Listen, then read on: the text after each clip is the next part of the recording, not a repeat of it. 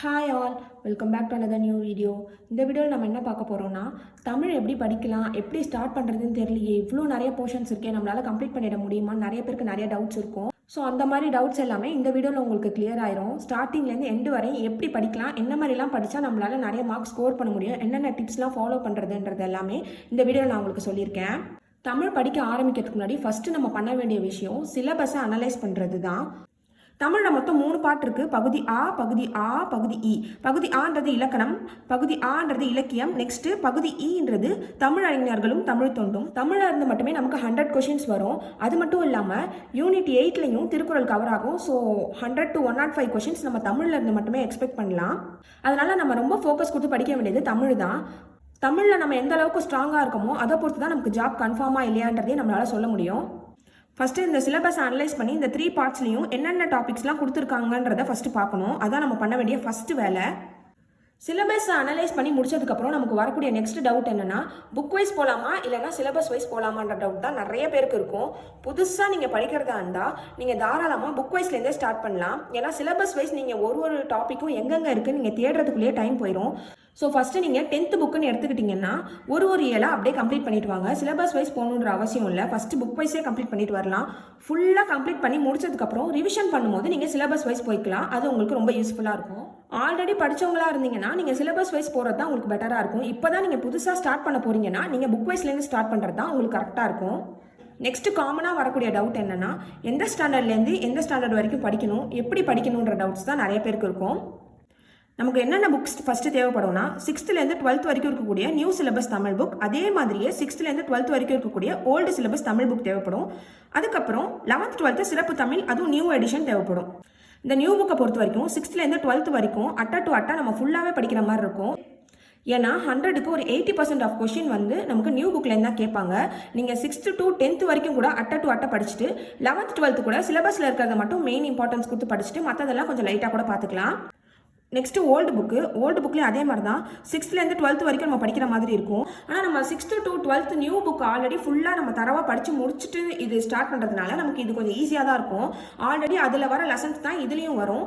So உங்களுக்கு படிக்கிறதுக்கு அந்தளவுக்கு கஷ்டமாக தெரியாது. நியூ புக் படித்த அளவுக்கு உங்களுக்கு ஓல்டு புக்கில் படிக்கிறதுக்கு அந்தளவுக்கு கஷ்டமாக தெரியாது. ஏன்னா கண்டென்ட் ஓரளவுக்கு ரிப்பீட் ஆகிட்டே தான் இருக்கும். இப்போ பாரதிதாசன் அவங்க எங்கே பிறந்தாங்க எங்கே வந்தாங்கன்ற கண்டென்ட்லாம் நமக்கு மாற போகிறது கிடையாது. சேம் கண்டென்ட் தான் உங்களுக்கு ரிப்பீட் ஆகும். இந்த புறநானூறு, அகநானூறு, இந்த மாதிரி விஷயங்கள் எல்லாமே நமக்கு மாற போகிறது கிடையாது. ஸோ நமக்கு அது எல்லாமே திருப்பி வரதுனால ஒரு ரிவிஷன் கொடுக்குற மாதிரி தான் இருக்கும். கொஞ்சம் எக்ஸ்ட்ரா படிக்கிற மாதிரி தான் இருக்கும். So 6th to 12th old புக்கும் படிக்கணுமான்னு நினச்சி நீங்கள் பயப்படவே தேவையில்லை.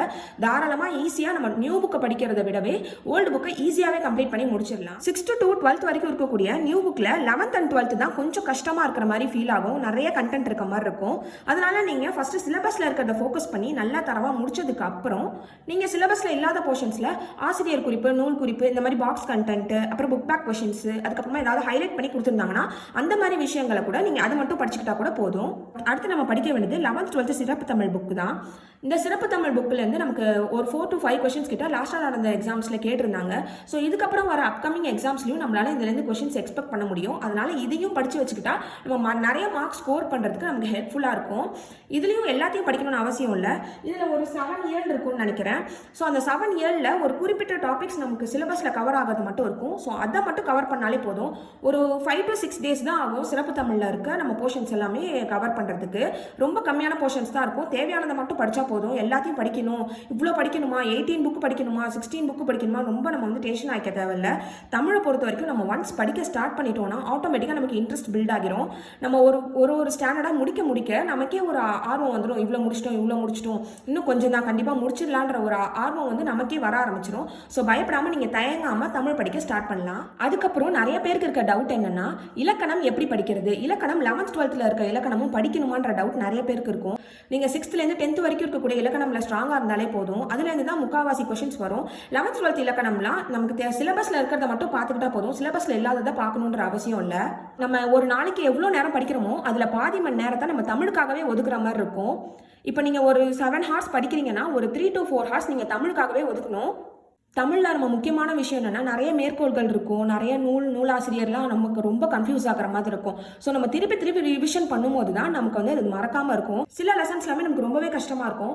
10th தமிழ் நியூ புக்கில் ஃபர்ஸ்ட் இயரில் வந்து உரைநடை ஒன்று இருக்கும், Tamil சொல்வளம்னு.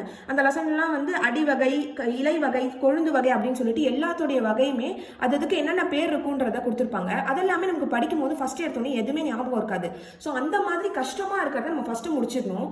9th 10th new book தான் நம்ம ஃபர்ஸ்ட் ப்ரிஃபரன்ஸ் கொடுத்து படிக்கணும். ஏன்னா அதுலேருந்து தான் நமக்கு முக்கால்வாசி கொஷின்ஸ் நியூ புக்லேருந்து வரும். ஸோ நம்ம அதை ஃபஸ்ட்டு முடிச்சு வச்சிட்டோம்னாலே ஒரு 30 to 40 கொஷின்ஸ் நம்மளால சாலிடாக அட்டன் பண்ண முடிகிற மாதிரி இருக்கும். 10th and 9th முடிச்சதுக்கப்புறம் மற்ற ஸ்டாண்டர்ட் எல்லாமே நீங்கள் படிக்கலாம். இப்போ தான் ஸ்டார்ட் பண்ண போறீங்கன்னா first 10th or 9th book எடுத்து வச்சு படிங்க.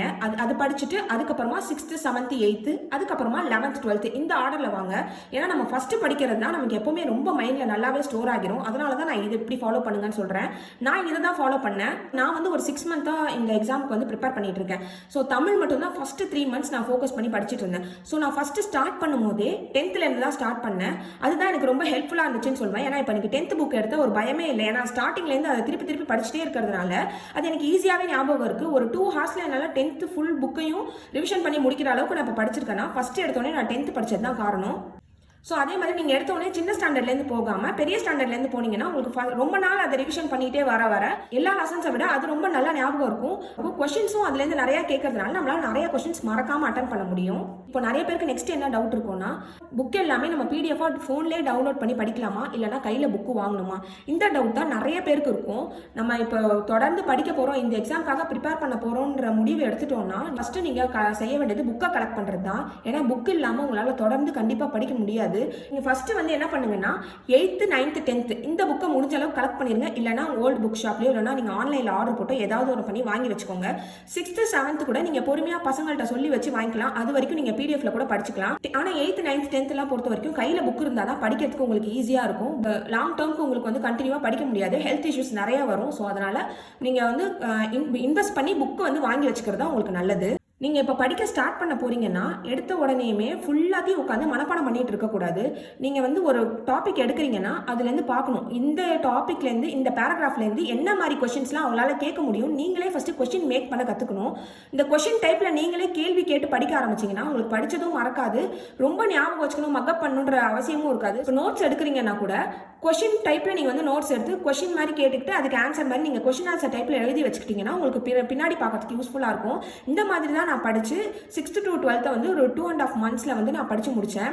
இந்த டிப்ஸ் எல்லாமே உங்களுக்கு பிடிச்சிருந்துச்சுன்னா இந்த வீடியோவை லைக் பண்ணிவிட்டு டிஎன்பிஎஸ்சி படிக்கிற உங்கள் ஃப்ரெண்ட்ஸ்க்கும் ஷேர் பண்ணிடுங்க. இன்னும் நம்ம சேனலை சப்ஸ்கிரைப் பண்ணாமல் பார்த்துட்டு இருந்தீங்கன்னா மறக்காமல் சப்ஸ்கிரைப் பண்ணிக்கோங்க. தேங்க்யூ ஸோ மச் ஃபார் வாட்சிங். Bye bye.